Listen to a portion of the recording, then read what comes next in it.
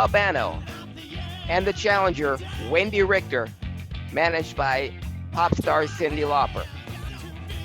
And this particular match was broadcast on MTV. The cameras were at Madison Square Garden, and you heard such luminaries as Diane Keaton, Andy Warhol, the late great now Regis Philbin weighing in on the Fabulous Moolah Wendy Richter match. And the match itself, the main event between between Wendy Richter and Fabulous Moolah was broadcast live on MTV. First time ever.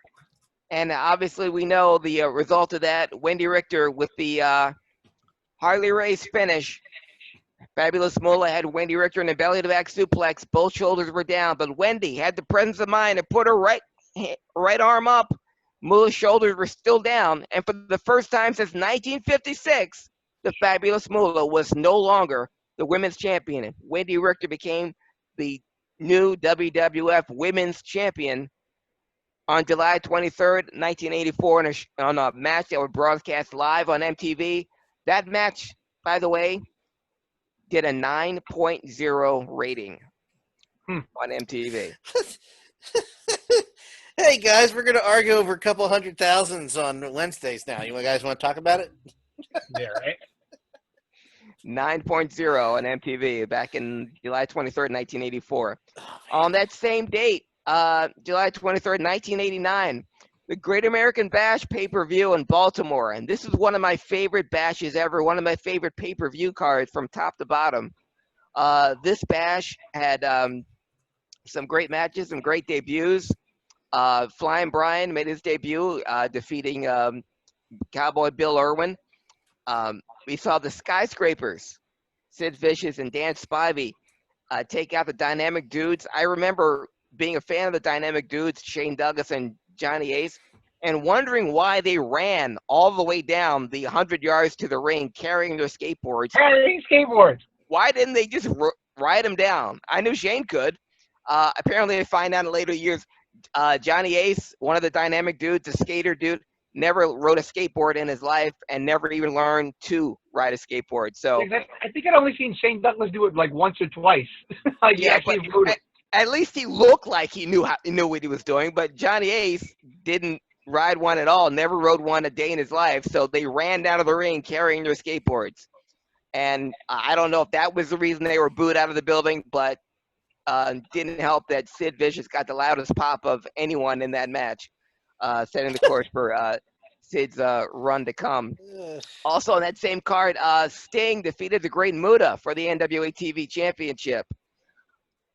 The War Games, first time the War Games did involve Dusty Rhodes. He had the Road Warriors teaming up with the Midnight Express and Dr. Death Steve Williams to go up against the Freebirds, Michael Hayes, Terry Gordy, and Jimmy Garvin, and the Samoan SWAT team managed by Paulie Dangerously. Oh, man. This was a damn good War Games. I enjoyed it. I know it wasn't Jim Cornette's favorite, the highlight of which was Steve Dr. Death Williams body pressing Terry Gordy above his head 13 times, and Gordy's back was hitting the top of the cage. Tremendous feat of strength. And the Road Warriors and Midnight Express won that first and only time that Paul Ellery and Jim Cornette managed on the same side. And the main event that night was Ric Flair's comeback match. His neck had been broken months earlier at the hands of Terry Funk, and this was their rematch. And they would be marred by outside interference by the Great Muta, who would in turn be rescued by Sting, which would start Ric Flair's babyface turn, which would get Sting into the Horsemen, albeit briefly, which would lead to Sting's ACL tear, unfortunately, and his eventual NWA title run. But it all started July 23rd, 1989, at the Great American Bash in Baltimore. Did you want to say something, Dan? No, I was just reacting to the incredible feat of strength. Yes, that it was. Feat of strength. That was July 23rd. July 24th, 1971. I want to point this date out because July 24th, 1971, in Madison Square Garden, um, the main event was the WWF champion at the time, Pedro Morales, teaming up with the late great Gorilla Monsoon to go up against the WWF Tag Team Champions at the time, Tarzan Tyler and Luke Graham. That was the main event. They went to a 2 out of 3 falls. The world champion went up against the World Tag Team Champions. But also on that card, Bruno Sammartino defeated Blackjack Mulligan, the grandfather of Bray Wyatt, in a startling 1 minute and 8 seconds after a series of body slams. I bring this card up because on this date, July 24th, 1971, in Madison Square Garden, that card was the first time that they had a $100,000 gate in New York City in Madison Square Garden. Wow. Now, but we don't, and the thing is, where does the credit go? Does it go to Pedro Morales, who was a champion at the time or in the main event? But this was also Bruno's first match back after losing the championship to Ivan Koloff in March of that year, in 1971. So was it Bruno's return, or was it Pedro Morales in the main event with Gorilla Monsoon? That could have been just like an amalgamation of the both. I mean, Yeah. Bruno was Madison Square Garden. He was. But, New York is heavily Latino as well. Yeah. So, Yeah. But either way, that card. That was in essence that was kind of like an early super card. Yeah. In those that was definitely so you got Pedro Morales and Bruno on the same card working top echelon matches. That's a super card. Yeah. And that was the first time that there was a $100,000 gate in Madison Square Garden. That's crazy. For any event. That was July 24th, 1971. That same day, July 24th, 1977, speaking of supercards, in Orlando, the Championship Wrestling from Florida card, the main event was Dusty Rhodes and Steve Kern going up against the Florida Tag Team Champions, Pat Patterson and Ivan Koloff. But also on that card, Rocky Johnson defeated the WWF Heavyweight Champion Superstar Billy Graham in a non-title match. So you had the WWF Champion in an NWA bout, and Dusty and Steve Kern were the main event, but the WWF Champion was also on that card. That was in 1977. Yeah. Jesus Christ, man! What a Number 2 will make an appearance. oh, there's another one. Hey. This giant sucker, believe it or not, this Dan would posted about the wedding kitty. Yeah. This giant sucker is only a little over a year old. Wow. He is huge. He's the largest one in the entire house, and we have another cat that's huge. I have a wiener dog. I know you have a wiener. Okay. I have a wiener, period. That's it. I mean, we all have wieners in this room right now. I mean, Yes, right now. With sausage You gotta party. use a wiener. Use a grabber. Anybody? Nothing else? No. MXC. July 25th, 1993, hell froze over in, of all places, Alexandria Bay, New York. At a WWF TV taping, hell froze over because that was the WWF debut, introduced by his idol Bobby Heenan. July 25th, 1993 was the WWF debut of Jim Cornette. Head of Smoky Mountain, he had just cut a deal with Mr. McMahon, and at the TV taping, and Bobby Heenan, who was doing color commentary next to Vince McMahon, left the ringside area, jumped into the ring, and gave Jim Cornette a big hug as Vince McMahon was saying, it was some kind of reunion of sorts. Who is this? And Bobby Heenan took the mic and said, no, you let me talk for you. Ladies and gentlemen, and humanoids of all ages, I bring to you the greatest manager of all time, Jim Cornette. And Jim Cornette took the mic and said, Bobby, if I'm the greatest of all time, it's only because you retired. And Jim Cornette later on said, "I'm glad that the cameraman was shooting above my waist because he wouldn't see the great chubby I had in my pants." Being in the ring with Bobby Heenan. I have nothing but personal respect and gratitude to that man. I tell you that much. All right, I have a question for you. I want to break in here, Craig. We got three. All right, two students of wrestling and Dan. Mm.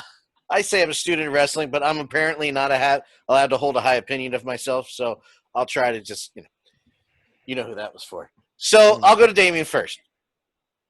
Who is better, Jim Cornette or Bobby Heenan? See, the thing is, from visual, just as sitting as a fan, I'm going to give that edge to Bobby. Bobby was he was that perfect puzzle piece because Bobby was also a trained wrestler while also being a great mouthpiece and manager. So he was that guy that, okay, we need somebody to get in the ring with, not to do anything pretty spectacular. We need to fill a match that can, maybe. And Bobby was that guy. Bobby could work and everything like that, and he could bump, but he could also talk and everything like that. Cornette would take a bump and everything like that, but again, he wasn't a worker and everything like that.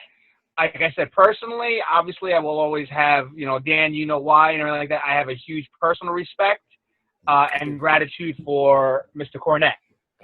Beyond a shadow of a doubt. I have, I know he's not popular amongst people. Me personally, I have nothing but respect and gratitude for that man. Okay, so, but in terms of in front of the cameras, I would have to go with Bobby because, just like I said, Bobby was that puzzle piece they were able to fit anywhere. Hey, we'll ask Foxy. I heard manager speak. I had to come in. I'm sorry. Yeah, that's why. Well, that's why I wanted to ask. Who do you think was the greatest manager? I'm just going to say it. Out of those two, as being the greatest, Cornette or Bobby? Bobby Heenan, without a shadow of a doubt. Everything that you are taught or should be taught as far as being a manager is concerned, Bobby Heenan held it all. Between what he was able to do and not do ringside, he knew this. He pulled up the psychology of it so well of when to shut up, when to make yourself known, and he was an excellent mouthpiece to those who could not cut a promo. But also at the end of the day, he was just a good side piece to those people who, to be real here, without a manager, would not have gone on to the successes that they would have without a manager. I mean, and then Bobby was also stuck with people that essentially didn't need a manager. He just Rick Rude. Rick Rude never really needed a manager. He can talk, he had a look, he can work. But Bobby also knew that, and they played off well, very well, together. He enhanced talent as well as helped talent. And enhancing talent that doesn't need a manager is actually a lot harder of a thing to do than just simply managing somebody that needs them because they can't speak or they can't work properly or they don't know psychology. If you're in there with somebody that has the full-on package, it is a way, way harder thing to do. Because why am I here? Yeah. So what do I add to the table of this? And for Bobby to still excel in what he did when he was with people that didn't need him shows Kasumi. The other two cats are fighting. Kasumi just in the head. So it just shows how leagues above he knew his work and his work ethic, what he could do, what he couldn't do. He had it so out to a T. When he needed to be present, when he needed to fall behind and give them the shine, he was unbelievable in that respect. And there are a lot of instances where you can also tell Bobby Heenan just went on the fly as far as promos and everything is concerned. You could see when he had to just, okay, I need to be quick, I need to do something now, say something now. Whereas, Cornette, while good, a lot of the stuff you could see was already bubbling in the head, already practiced. This is what I'm going to do. This is what I'm going to say. And a lot of the essence of when it comes to being a manager, you need to know what to do and what to say if something goes awry or something doesn't get said right or if there's something you got to hide or enhance. You need to be on your toes. And Bobby Heenan was always on his toes. Yeah. Mr. Legans, take the show back and give us your answer, sir. I'm going back around this way. Right back around. I will say I agree with your point, Damien, about Bobby talking, and Foxy's point about Bobby talking for guys that don't need a manager. Rick Rude and Bobby, I don't know if you've heard Bobby interview when he said that. Rick Rude hated having a manager. And I think he didn't hate having a manager because Rick Rude had a manager everywhere he appeared, from Paul Jones to Jimmy Hart to Percy and Florida and world class Paul Heyman and what. But I did think because he had Bobby, that's why. Because Bobby said on several interviews that Rick Rude hated having a manager. I think he hated having Bobby as a manager because Bobby kind of he didn't outshine Rude. But if you were going to put a manager with Rick Rude, it should have been a Slick or a Johnny Valiant. Because out of all of them, Bobby was probably the biggest star in terms of the managers. Yeah, and followed by like Jimmy Hart. Yeah, and Bobby being Bobby, outside of Bockwinkel and Stevens, Bobby was a better wrestler performer than every guy he managed. So he knew the ins and outs and everything. But as far as my answer, Dan, if I need someone to cut a promo for my wrestler to sell me, to get fans in the seats, I'm picking Jim Cornette every time. Jim Cornette had his promos are gold. If I need someone to talk for my wrestler to get not only fans in the seats, but get them so pissed off that one of them, the opposing wrestler, might get their hands on me, I want Jim Cornette. Wow. As far as being in the ring, though, obviously that's Bobby Heenan. Bobby Heenan, and I echo Jim Ross's critique of Bobby Heenan. Bobby Heenan was the greatest performer in wrestling history because Bobby Heenan not only was he a great manager, but in the ring, he was a great worker. Being commentating, announcing, interviewing. Bobby could do and excelled at everything. And like I said, he was better than every guy he ever managed. He was a better wrestler, worker, performer than anyone he ever managed outside of Bockwinkel and Stevens. And then the other thing too is like he was the one thing I saw like recently, he was such a team player because like he could do a serious thing. You could put him in a serious angle like that Piper's Pit when it was like very, very tense and very serious with Hogan and Andre, revealing Andre as a heel now and all that. And he can be so tense and serious. But then he can go and do like the little comedy skits that they would always do, on the boardwalk, try to trade with Mean Gene, or any other little comedy skit that they always did with. He did anything. And that's the thing, Damien. If Bobby wanted to be a stand-up comedian, he would have been the best at that because he was so good and so funny. Just even on commentary, and throwaway lines. Even in WCW, he'd be calling the match with Schiavone, a cruiserweight match, and he goes, "Wait a minute, Tony, I know who Rey Mysterio is." And, well, who is he? He's the guy in the mask, stupid. Yeah, he would set him up. He would set up Schiavone all the time. The one I always go back to, and then Craig, take it right back. One I always go back to is not a greatest hits of Bobby. It's low-key one of the best WCW moments he ever had. As miserable as he was working there, when the cameras were on, he was still goddamn Bobby Heenan. But it's Scott Steiner is doing one of his nonsensical, kind of sensical promos. Oh, God. And in the middle of it, he talks about how he has everybody mesmerized. Mesmerized, yes. And the whole promo goes. Everything's done. He finally puts the mic down. The director cuts to the crowd. The music plays to play Scott Steiner out. And you just hear Bobby go, "Tony, he's got us all mesmerized." And you could, the pause between Bobby finishing that line and Tony speaking again was about 6 seconds of Tony probably going, "You motherfucker." Because I died at the laugh, yeah. One of the funniest. It is low key one of the best moments, and he had 20 that were better than that. But it's the Tony Schiavone pause that makes that one so fucking great. I just cursed twice. Oh well. It was. But the meeting of the minds, July 25th, 1993. Jim Cornette debuted in the WWF, introduced by his idol, Bobby Heenan. July 26, 1980, It was a busy day in professional wrestling. These are the days like this are the days that I miss wrestling, because on this one day in Greensboro, North Carolina, Greg Valentine defeated Ric Flair for the United States Heavyweight Championship. That turned Flair face for the first time in the Mid-Atlantic area. Um, and it got Valentine over as the number one heel, the spot that had always been Flair's.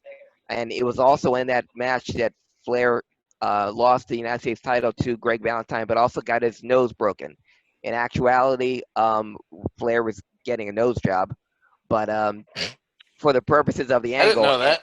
yeah, and to get look at Flair 1970, pre 1980, and Flair now. Yeah, Look you that up. got, I didn't know that. yeah, he got an, yeah, and he used a cane. I believe it was Gene Anderson's cane that he used to break over, and so that got not only more sympathy for Flair as a face. Flair would be coming back as a face for the first time, but putting Valentine over as a heel. But Greg Valentine defeated Ric Flair for the United States title July 26, 1980, in Greensboro. In Florida, Barry Windham defeated Mr. Saito for the Florida Television Championship. That will be Barry Windham's first singles title ever, July 26, 1980. And on that same day, while that was going on, I myself was right here at the Philadelphia Spectrum in Philly. And I wasn't watching the main event, which was the WWF champion Bob Backlund going up against the Intercontinental champion Ken Patera with Gorilla Monsoon as a special guest referee. No. I was there to see Andre the Giant versus Hulk Hogan. Mm. And in that match that I saw right here in Philadelphia, in that match, guys, on July 26, 1980, Hulk Hogan body slammed Andre the Giant. Right there in the Spectrum. Right there in front of me. Right there in front of everyone there. So imagine my surprise 7 years later when he did it and everyone goes crazy. It's like, I saw that already.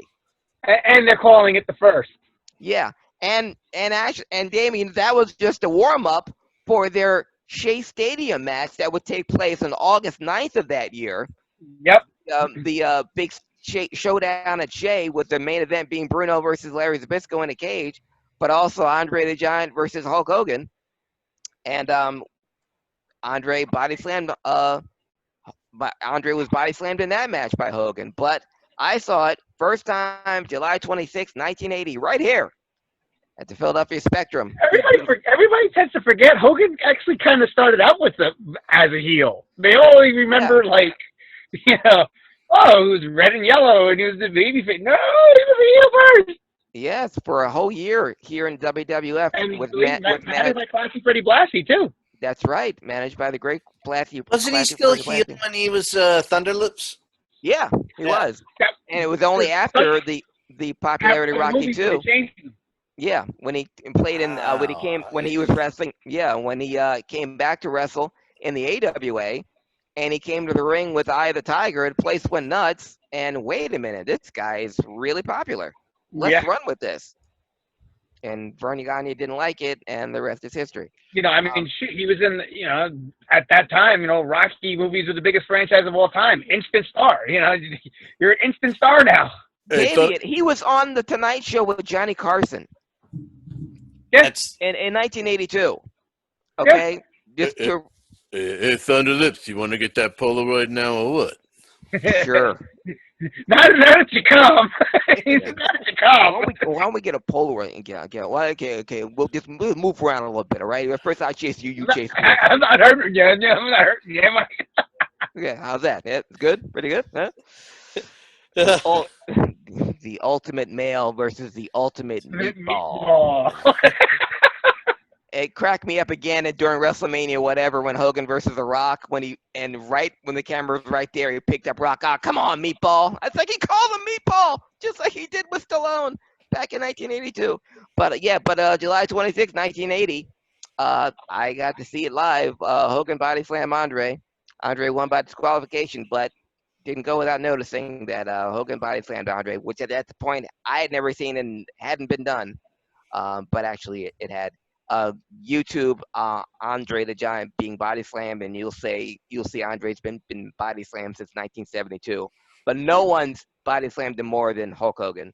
Ah, Because he did it not only here, but at Shea Stadium, but at Madison Square Garden, in the Superdome. Yeah.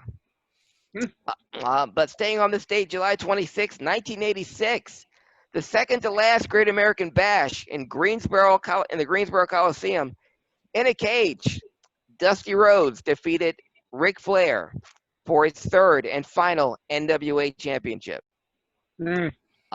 Did it with a roll-up. Three times? He's only held the title 3 times. Jesus Christ. And this was the third and final time, July 26, 1986. It just occurred to me. It's only 3 times. I get it. And also, this shows you the popularity of wrestling, Dan, because while that was happening in the NWA, when the NWA title was changing hands in the Greensboro, the WWF had 3 different shows going on in 3 different parts of the country. Jesus. In Detroit, the main event was Barry Windham and Mike Rotundo defending the WWF Tag Team Championship against the Iron Sheik and Nikolai Volkov. You know how that went. In Middletown, New York, Andre the Giant was in the main event versus Big John Studd.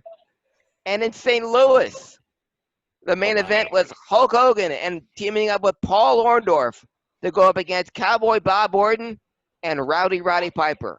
And all 3 cards sold out. Perfect aside here, guys. So, Damien, I don't know how much you pay attention to Twitter. Hopefully not as much as everybody else, because Twitter is a fucking cesspool. But 2 months ago, I was trying to watch mid-'90s wrestling chronologically on WWE Network, and I decided to go back to 1989 when I first started watching when I was 6, right? So I'm 91. I just passed Starrcade 90. It's the Kiel Auditorium in St. Louis, one of the most one of the meccas of wrestling, and they gave them Black Scorpion in the main event. Are you goddamn kidding me? It occurred to me all these years later, because I watched that live as a little kid. Even as a little kid, I was like, hey, that's Ric Flair. And even as a kid, hey, look, that's Rick. But I was just like, it occurred to me at 36, turning 37, I'm like, hold on, they gave that main event at freaking Kiel Auditorium. Oh my God. Oh, I would have been so mad if I was at that arena. I would have thrown something over that cage. Oh my God, it pissed me off. I was like, what the frig? This is where my hard-earned money went to. Oh, just a quick aside, Craig. As soon as you mentioned St. Louis, it triggered me and my memory of that thought process. Like, my God, they wasted that show on that main event. My God. That's your Niagara Falls. Slowly I turn. St. Louis? Why? But anyway, original point being, at 1986, while the NWA title was changing hands, the WWF ran 3 different cards in 3 different parts of the country, and all sold out. So, wrestling. It wasn't a precursor of the business, huh? Nope. No. Yeah. But that was the popularity of wrestling in general in 1986. Absolutely incredible. Which brings us to today. I wasn't the only one that remembered this date. I saw it several times on social media today. Still a landmark day in professional wrestling history, even though it took place on a network late-night TV show. We mentioned Hulk Hogan earlier, thanks to Rocky III being a nationwide star because of the movie appearing on the Johnny Carson show way before he was in the WWF. Well, on July 28th, 1982, on NBC, Late Night with David Letterman had only been on the air for 4 months, but he managed to get as his guest his friend Andy Kaufman and the man he wrestled in April of that year, Jerry the King Lawler, on his show. Oh my God! So it was 38 years ago today. I was going to say, don't de-age me, please. 38 years ago today. Jerry Lawler and Andy Kaufman were guests on the David Letterman show, and only Jerry Lawler and Andy Kaufman knew what they were What they were going to do doing. there. Now, the original plan, Damien, I don't know if you knew this, and Jerry Lawler's detailed this in his book. The way that David Letterman had this segment was going to go, they were going to do 2 segments. They would come out and they go over the match. They talk about the match. And then after the second segment, when they come back from a commercial, Andy would apologize, Jerry would apologize, and then they would go over to Paul and they would sing a duet of What the World Needs Now is Love, Sweet Love. Didn't go that way. That didn't happen. No, it did not. Because Andy even said, because they were in the same hotel the night before, and Andy said to Jerry, wouldn't it be great if during the interview you just slugged me? And Jerry said Andy used the old time vernacular. He didn't, not slap, not punch, just slug me. Just go over and just slug me. And obviously Jerry wasn't going to do that. You still Because- slapped the shit out of him, though. Yeah, I guess he and Andy were friends. But so when it came time to do the apologies, Jerry wouldn't do it. Now Andy apologized, but Jerry wouldn't. And after they tried to, at the end of the segment, Jerry knew that if he apologized, because if you look at the beginning of David Letterman's show, he had 4 more guests on that show. Yeah, no. So after that segment was over, they were done. Yeah. And neither Andy or Jerry wanted to end their feud right there. They thought they could get some more out of it. So after Jerry said the iconic line, "What kind of guy are you?"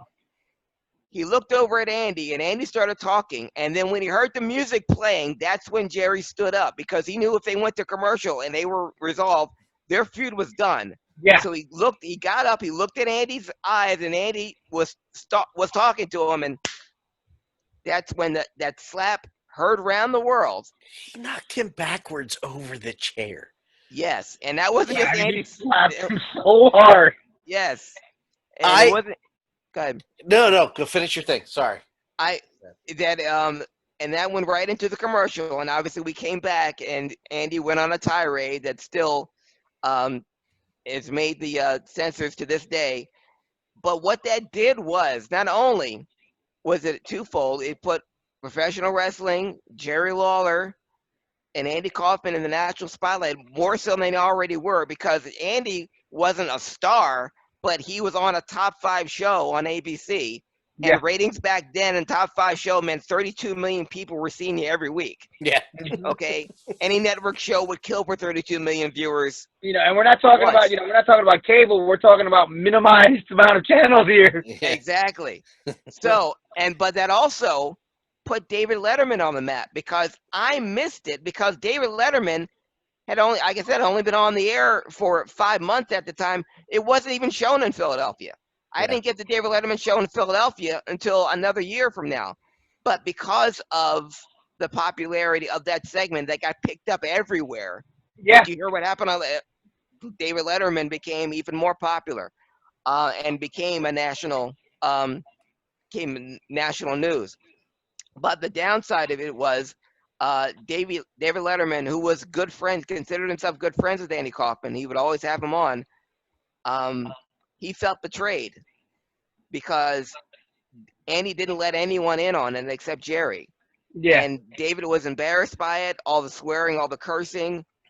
Not that if he knew ahead of time, he would have been okay with it, but he felt kind of taken advantage by Andy. And to this day, or until it went off the air, that was the only David Letterman show in the history of the David Letterman show, NBC and CBS, that he never reran. It never aired again. Now, it's funny you mentioned that. It's not funny because we mentioned it because we all saw it. It was – I have not seen the unedited, uncensored footage of that until yesterday. I had no idea it existed uncensored because, he said he never aired it again. I figured that was gone in the vaults. Somebody's got it. Unedited, uncensored, and I've never heard him curse Andy Kaufman cursed like that before. He just screamed, "You're an effing a-hole!" No, I'm sorry. I said, "You're an effing a-hole." And you watch Letterman jump every time Andy pounds the desk. Letterman would just jump.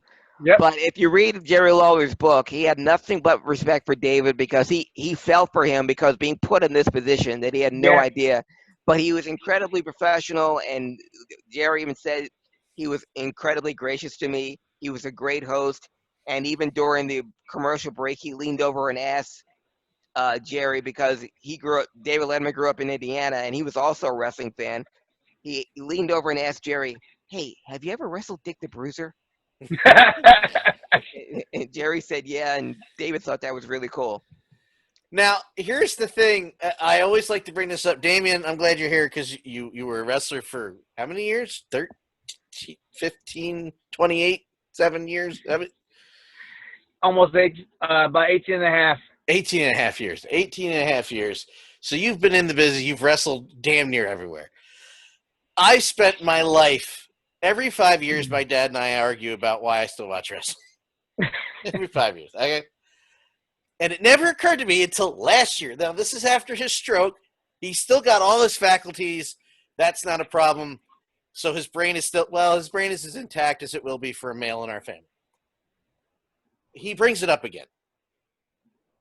And we're talking. And it clicks. I'm like, in my head, I'm like, what mainstream moment in wrestling can I tell him was not real? And it finally occurred to me, because he used to talk about this all the time when I was a kid, and he hated wrestling when Andy Kaufman wrestled this guy. And I said, yes, Jerry Lawler. Hey, remember when they were on the Letterman show, Dad? And he smacked the shit out of him? It was planned. And his face, Damien, he went, oh, I think I get it now. 36 years old, I finally reached him. And it was the slap heard around the world. And the quick aside to that is I sent it to my friends who I play with a bunch. I don't play Fortnite with anybody from the East Coast.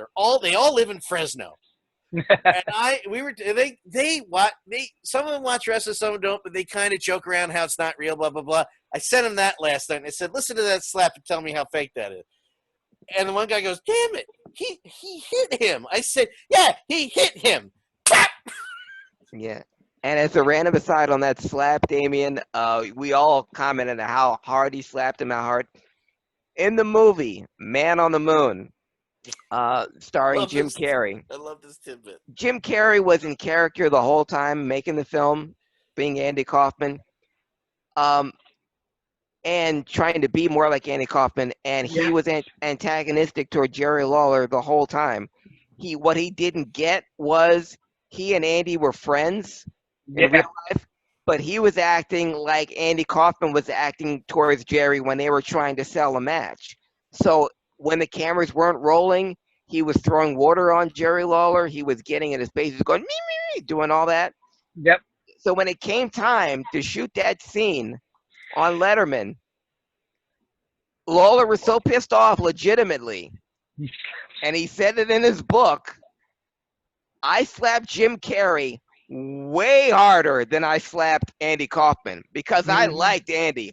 I couldn't stand Jim Carrey. So if you thought that slap was hard, go back and watch Man on the Moon, and it was one take, and Lawler, I mean, he was waiting for that. A lot of people said like working with Carrey on that movie was really like difficult because he was just he was method acting, which is I went to acting school and everything. Method acting is it's hard, like method acting is is a dangerous style of acting, people pulling themselves out of it afterwards. A lot of times, sometimes people, unfortunately things like Heath Ledger and things like that happen because of method acting. Yeah. It's not an easy thing. Yeah. And Jerry even said, I get method acting, but did he get that he and Andy and I were friends? He had no idea. He had no idea. And I like Jim Carrey, but I've seen the behind the scenes stuff because I really enjoyed that movie.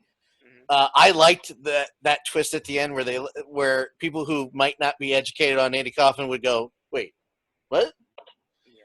great ending. But the behind the scenes of watching Jim Carrey with Lawler, I'm like, I want to smack him, and I like Jim Carrey, and I want to smack him as hard as I can smack somebody. That movie and 1989's Batman are the only time that I said I wish someone else had played that character, because Jim Carrey got Man on the Moon because he had the name Jim Carrey. I always thought it should have been Edward Norton playing that character. Okay. I thought he resembled Andy Kaufman way more than Jim Carrey did. Wow, I never thought of that. And as far as not method acting, but as far as someone who immerses himself in a role, Ed Norton would have carried that off great. But Jim Carrey means big box office. Edward Norton does not. Yeah. What was that time? Yeah. What was the Batman replacement? Kurt Russell. Duh. Oh my God. Who else? You're breaking. You're. I can't take it. Yeah. You're blowing my mind here. In 1989, Kurt Russell is your perfect Batman. Yeah, you nailed it. I have no argument. Go ahead, Dave. Kurt Russell could do anything. Kurt Russell was what Kevin Smith said Ben Affleck is, and Kurt Russell could play the shark from Jaws. Yes. Kurt Russell could do anything. Anything at all. I said if Expendables 4 doesn't have Kurt Russell in it, I'm going to be pissed off. But those are the only two movies I look at. I think I wish someone else had played that role. Just to bring the nerd herd aspect back into it, and then Craig, take it right back from me, please. Just to add something, you mentioned Kurt Russell, so I'm going to use you two nerds as my feedback on this. I had my very novice knowledge of Ego as a character, Ego the Planet as a character. I had no idea how they were going to pull this off, because I'm not one of those guys that pretended like, yeah, I used to read the Guardians of the Galaxy when that movie came out. I haven't read one goddamn comic book, but I knew of the characters, had no idea. And I'm like, how are they going to pull off Ego? And I'm like, there you go. There you go. I thought it was perfect. And at the end, when they're fighting, and you shouldn't have killed my mother, I was like, yes! So perfect. That just trying to bounce that off you guys. Sorry. No problem. No, bounce away. So yes, 38 years ago today, landmark in television and wrestling history. And that, gentlemen and ladies, is the wrestling. It's been a long night, so let's do this quick. Damien, sign off. Where do people follow you one last time? Okay, you can follow me on Instagram at dvargas802, YouTube dvargas802, and yeah, of course on Facebook, facebook.com/nerdherders. Nerdherders. And Mr. Legans, you, sir. You can follow me, if you so choose, on Facebook and Instagram and on Twitter at Craig Legans, CraigLigGeons. Hey, look at me. Look at me. Follow me on all social media platforms, DanLo83. Listen to the podcast version of VOCNation.com. Watch the video replays on YouTube.com/DanLo83. Like, share, subscribe, follow, all that stuff. If you want to pay me, you can at Twitch TV/DanLo83. You don't have to, but I'll take your money. Thank you, everybody. Good night.